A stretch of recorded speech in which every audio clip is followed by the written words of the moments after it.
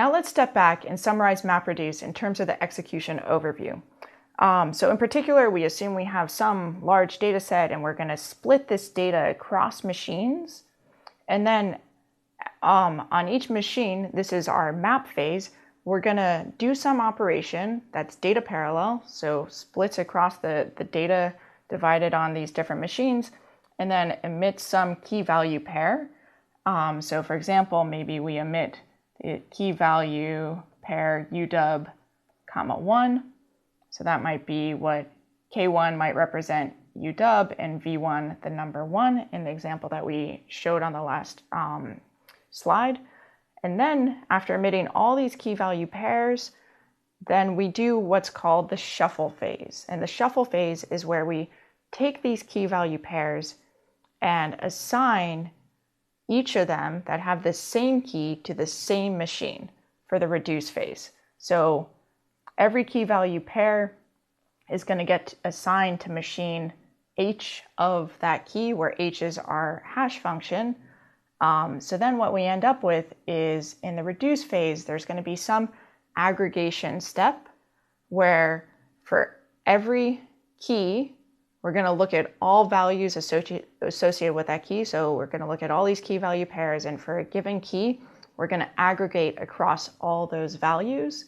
And so for example, in our word counting, this might produce udub, comma 30.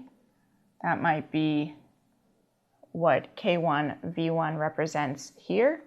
But I want to mention that when we're talking about our map phase, these are not necessarily unique keys that appear across the different machines.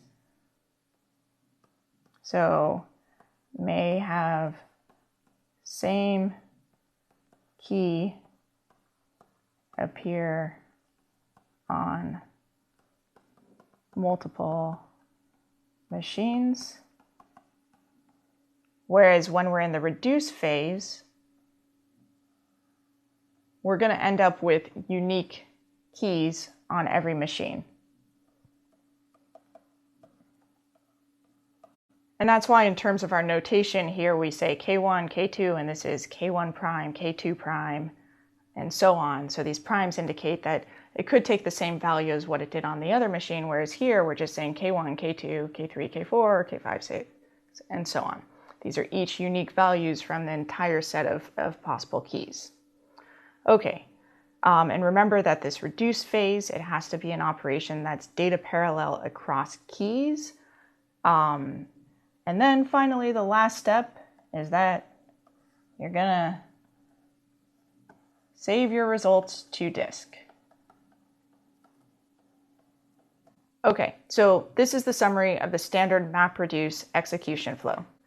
But I quickly wanted to mention that we can often improve performance through something that are called combiners, because this naive implementation of MapReduce can be really wasteful in terms of communication in that shuffle phase where you're taking all these key value pairs and you're sending them to different machines.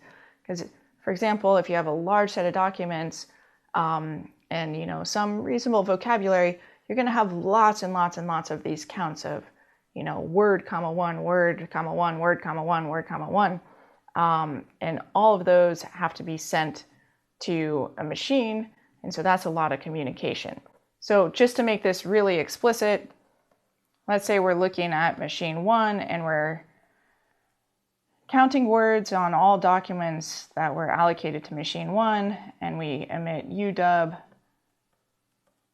comma 1, and we end up with, let's say, a whole bunch of udub words in the documents on this machine. Just to make this concrete, let's say we end up with 4,002 instances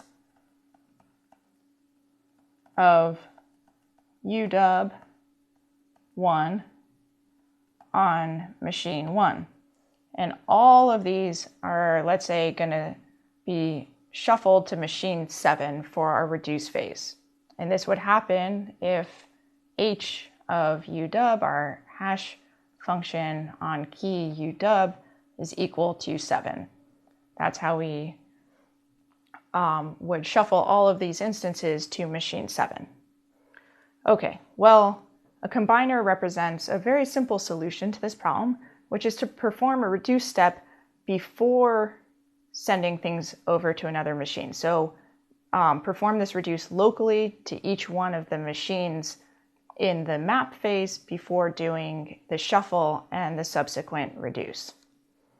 So in particular, what we would do is take our machine 1 and all these counts of UW 1, and we do a reduce, and our call to reduce would emit UW 4002, and then we would send just this one UW 4002 over to machine 7.